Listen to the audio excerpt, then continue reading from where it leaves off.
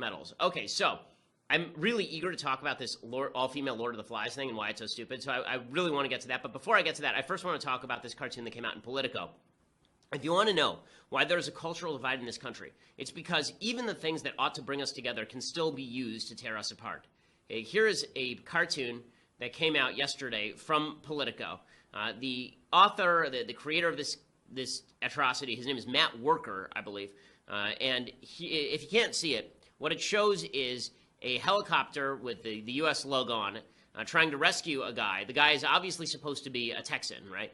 And he is sitting there in a shirt that is a Confederate flag and a cowboy hat and boots. For some reason, his jeans are tucked into his boots. I've never met a Texan who actually tucks his jeans into his boots. But in any case, he's there in a basket, and next to him is a flag that says, "Don't tread on me," as he's being picked up from the waters. And then the guy is shouting, "Angels sent by God."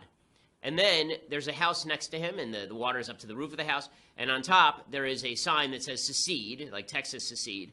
And then a little girl on top of the roof, and a rescuer who is trying to put a life jacket on the little girl, and it says, actually Coast Guard sent by the government. So not angels sent by God, Coast Guard sent by the government. There are so many things wrong with this idiotic comic that it's almost impossible to hit them all. Number one, let's begin with the caricature of religious people, this angel sent by God routine. Okay, this is so intensely stupid, I can't even tell you. The reason this is so intensely stupid is because religious people don't actually believe that angels are going to save them from the water. They believe that human beings can sometimes act as instruments of God's will in saving them. Okay, there's a very famous religious joke. Every religious person knows this joke, but for those who are not religious in the audience, this is something religious people tell. This is a religious person joke, okay? Here's the joke. Isn't that good? But here's the joke. Okay, the joke is there's a flood, and there's a guy who's trapped in the flood. And so he prays to God, and he says, "God, please send me help." And next thing he knows, a car drives up and says, "Hop in, dude. It's time to get out of here." And he says, "Listen, I've talked to God. God is going to send me help." So the car drives away. Next thing that happens, a boat comes up. And the guy in the boat says, "Jump in." And the religious guy says, No, I've prayed to God. God will help me." So the boat motors away. And here comes a helicopter. And the helicopter comes and says to the religious guy, "Dude, jump in," lowers a rope to him. He says, No, God is going to save me. So naturally, he drowns. And then he goes up to heaven, and he says to God, "Hey, I prayed. Where were you?" And God says, "I sent you a boat. I sent you a car, a boat, and a helicopter." What do you mean, where was I? Okay, that's how religious people actually think of this sort of thing. So this idea that it's angels sent by God, like they don't understand that it's actually the Coast Guard. It can be both the Coast Guard and also human beings can act as angels in times of need. In fact, little known fact about Hebrew that our non-Jewish friends probably don't know, the word for angel is malach in Hebrew. The word for messenger in Hebrew is malach. So human messenger and angel are the same exact word in Hebrew. Okay, so it just demonstrates there's an identity here. Human beings can act as messengers of the Lord, even when they are acting in pursuit of their everyday duties. So this idea that we're all just a bunch of religious morons is ridiculous. Second of all, the idea that this guy's wearing a Confederate shirt, and that means obviously that he must be a racist redneck. It's worth noting that the precincts that have been flooded in this hurricane voted for Hillary Clinton overwhelmingly. Overwhelmingly, they voted for Hillary Clinton. In fact, the state of New Jersey voted in fewer numbers for Hillary Clinton than these districts did by percentage. So it was a bunch of Democrats getting hit by this hurricane. So they're ripping on the people of Texas as though they are uniformly Trump voters.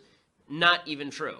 Okay, finally, when it says it's the Coast Guard sent by the government, how dare people in Texas think that they want to secede?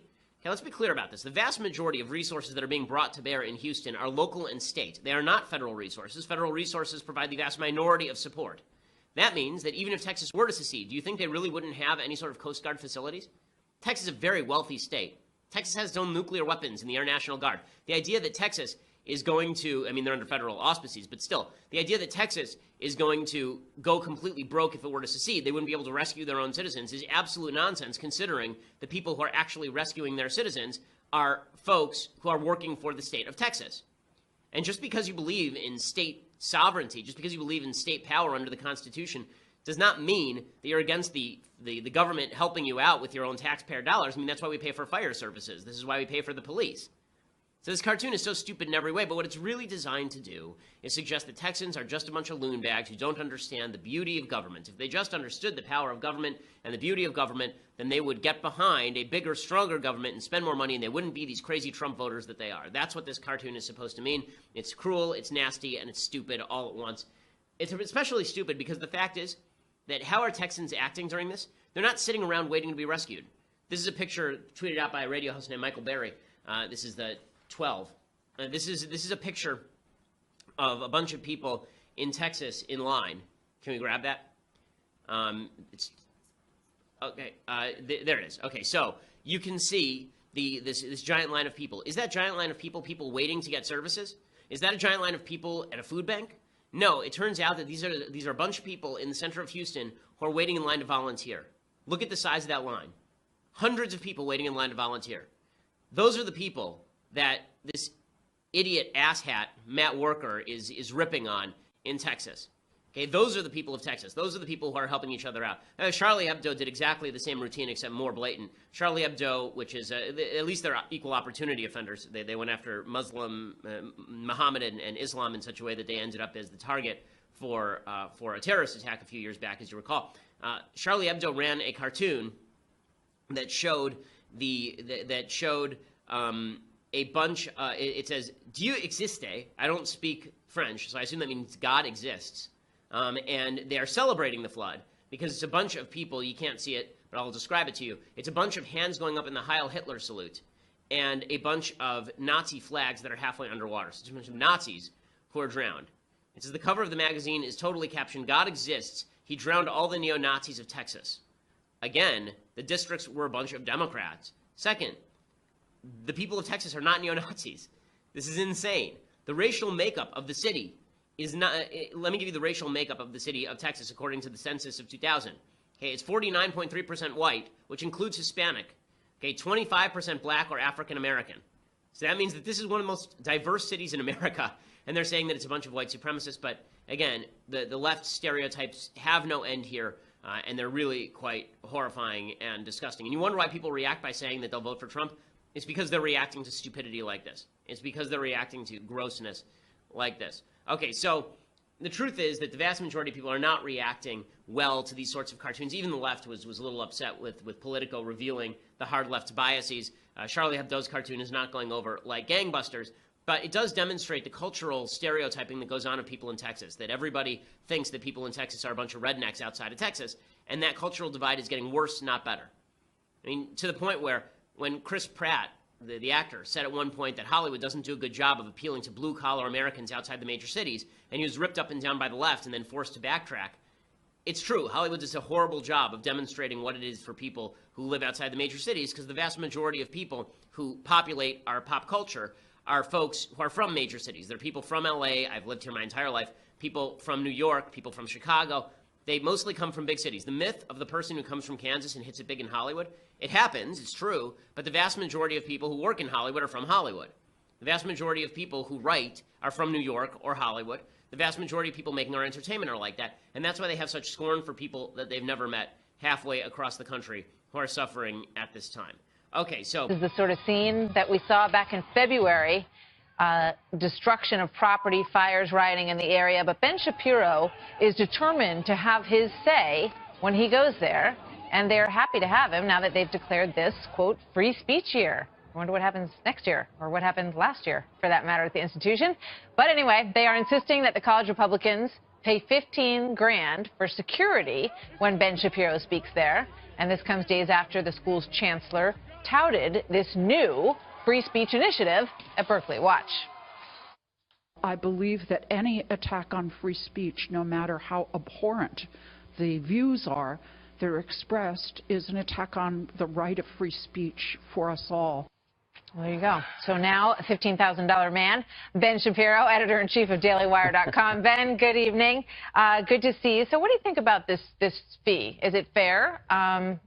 Are you going to pay it? And what are you going to get for it, I guess, is the biggest question. I mean, Young America's Foundation has already said that they're going to pay the fee. As far as it being fair, no. I mean, life isn't fair, I guess. They should be providing security. I'm a taxpayer in the state of California. I promise you I pay much more than that in taxes to the state of California every year. So I guess I get to pay for the security twice over. But here's sort of what I'm telling people who want to come. We have a 2,000-seat stadium or auditorium that is opening up. They haven't provided the link yet, but you can go over to YAF.org, and you can start to reserve your seat there. what I've been saying to people is don't show up ready to do battle with Antifa. We foresee that Antifa will probably show up and try to cause violence. Do not come ready to do violence in defense of my free speech rights. We just paid so that Berkeley will do it, right? Either Berkeley is going to protect my free speech rights or they're not. Now we get to see as a nation whether Berkeley is going to keep its word to protect free speech even when Antifa shows up. And the last thing that I want is some bloody battle out in the streets with people who think they're protecting my free speech rights who aren't members of the government. The whole point here is that Berkeley and their administration have to do the job they've been pledging to do. You know, I mean, we've seen what happened here in the past, and we're showing it again. I think one of the biggest concerns is whether or not the police will intercede. In some of these situations, we've seen them reluctant to get in the middle of it, I guess in part for fear of causing, you know, things to escalate even further. But you see the destruction that happens when they don't. 100%. 100%. I mean, we had the situation at Cal State Los Angeles, and we actually had to file a lawsuit against Cal State Los Angeles because we felt that the police had been told to stand down by the administration. So this, again, is going to be a test of the administration. It's going to be a test of the police. Are you going to fulfill your promise to protect free speech, or are you just going to sound off about it in the press and then allow Antifa and the far left to do whatever they want to shut down speech with which they disagree?